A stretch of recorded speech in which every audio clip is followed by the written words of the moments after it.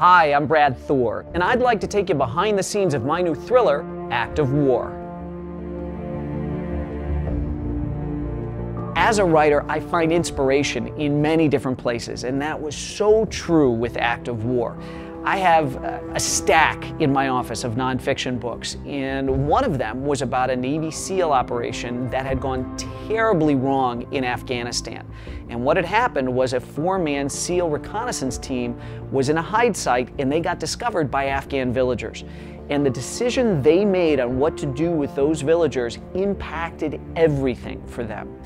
And I was fascinated because they made decisions based on being men of honor, being warriors, being Americans, what was the right thing to do, and their rules of engagement.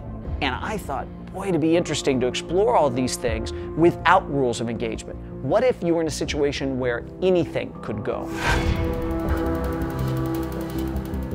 The other thing I had read while I was doing research for this book was about a political prisoner who had been born into a horrible labor camp overseas that exists right now.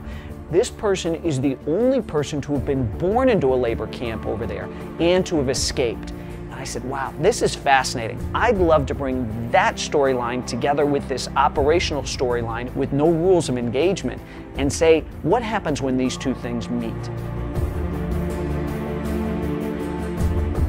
There are these hallmarks of my novels that people have come to know and love. It's that action that starts on page 1. It's the facts where you don't know where they end and the fiction begins in the books. There's the character development. There's all of this international intrigue. And I've brought that all together in Act of War and taken it to an entirely different level.